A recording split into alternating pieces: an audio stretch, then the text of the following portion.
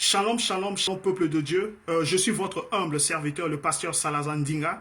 Recevez d'abord la paix de Jésus-Christ de Nazareth dans vos maisons. Dieu m'a mis à cœur afin de partager avec vous sur l'importance de la vie de prière. Donc Dieu veut à ce que je puisse marteler aujourd'hui sur l'importance de la vie de prière dans notre vie en tant que chrétien, en tant qu'un enfant de Dieu.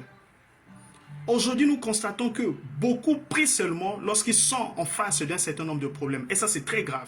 C'est-à-dire, lorsque vous êtes à la quête d'un travail, c'est en ce moment-là que vous allez voir les gens prier.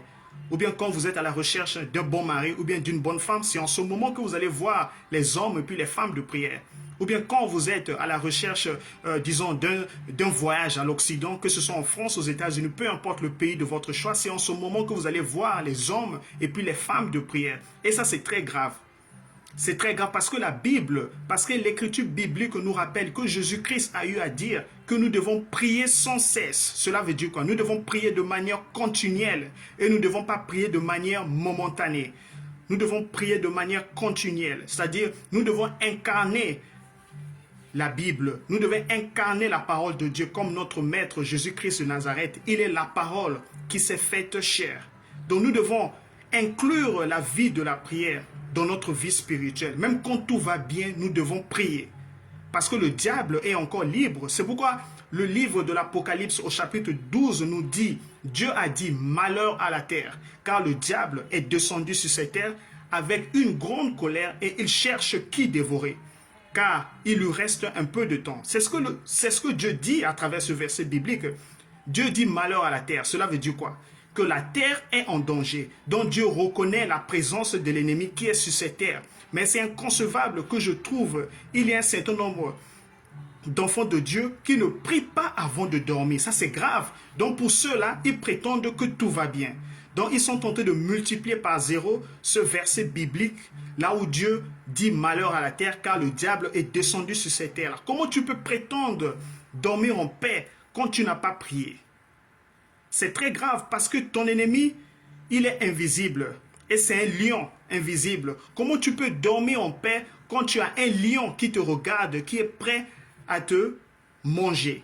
Ou bien qui est prêt à te manger? Comment tu peux dormir en paix? Parce que le lion, toi tu ne le vois pas, mais Dieu le voit. Et puis il est invisible, il est là.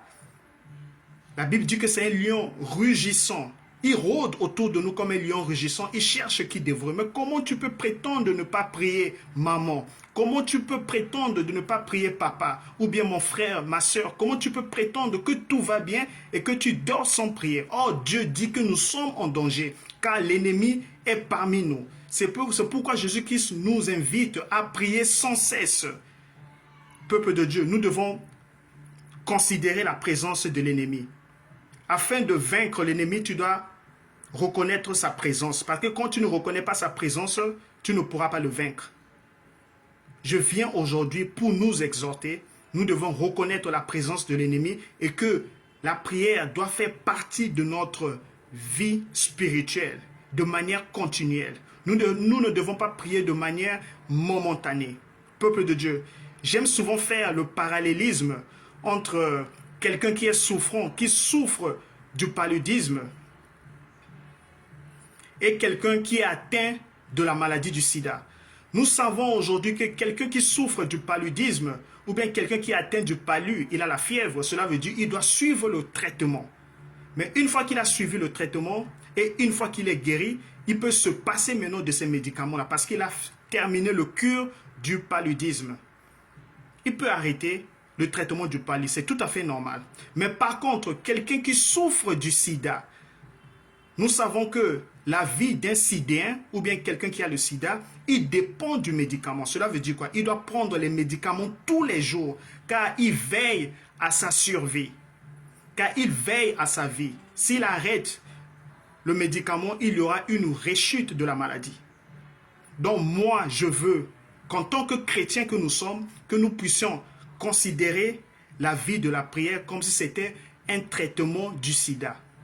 Parce que celui qui souffre du sida, il doit prendre les médicaments tous les jours. Il doit veiller à prendre ces médicaments correctement et tous les jours. Et c'est comme ça aussi que nous devons nous comporter étant donné que nous sommes les enfants de Dieu, car l'ennemi est réel. Nous devons veiller à notre vie de prière, comme les Sidéens veillent à leurs médicaments pour survivre contre la maladie du sida. Nous ne devons pas considérer la vie de prière comme si on était en train de traiter la maladie du paludisme ou bien du palu. Est-ce que vous me comprenez, peuple de Dieu? Je nous invite aujourd'hui de maintenir une vie de prière, car c'est très, très, très important. La Bible nous dit, mieux vaut un jour dans la présence du Seigneur que 1000 jours ailleurs. Nous devons veiller à notre âme à travers la prière. Nous devons implorer le Seigneur. Car tous ceux-là qui ont résisté dans la présence de Dieu, ils ont été élevés, ils ont été bénis, ils ont été métamorphosés. Nul ne peut venir vers le Seigneur et repartir les mains vides. Demandez à ceux-là qui ont été bénis dans la présence de Dieu. Ceux-là qui étaient stériles et ils étaient devenus fertiles.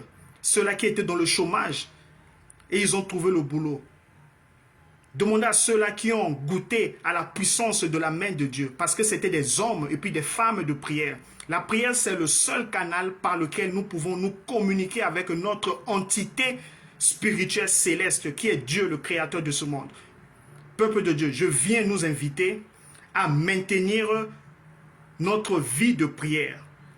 Nous devons veiller à notre vie de prière comme ceux-là qui souffrent du sida, qui veillent à prendre les médicaments du sida tous les jours afin qu'ils puissent être en vie.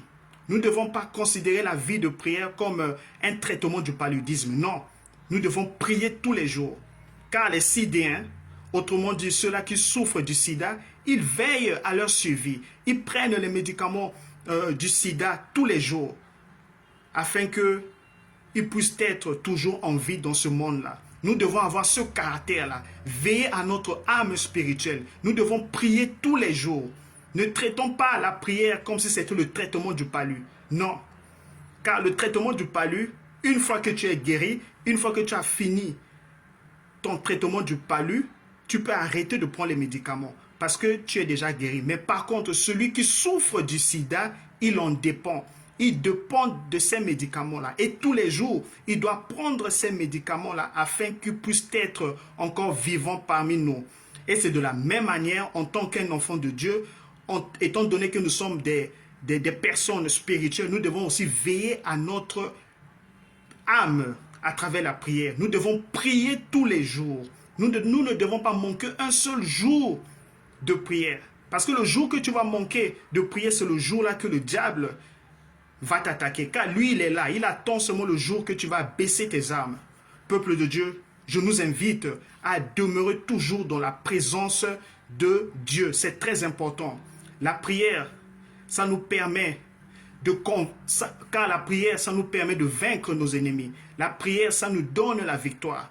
La prière, ça ferme la bouche de nos ennemis. La prière nous donne la guérison. La prière nous élève spirituellement. La prière est notre richesse spirituelle, peuple de Dieu. Soyons des chrétiens qui sont avertis et soyez bénis au nom de Jésus-Christ de Nazareth. Et puis je dis Amen.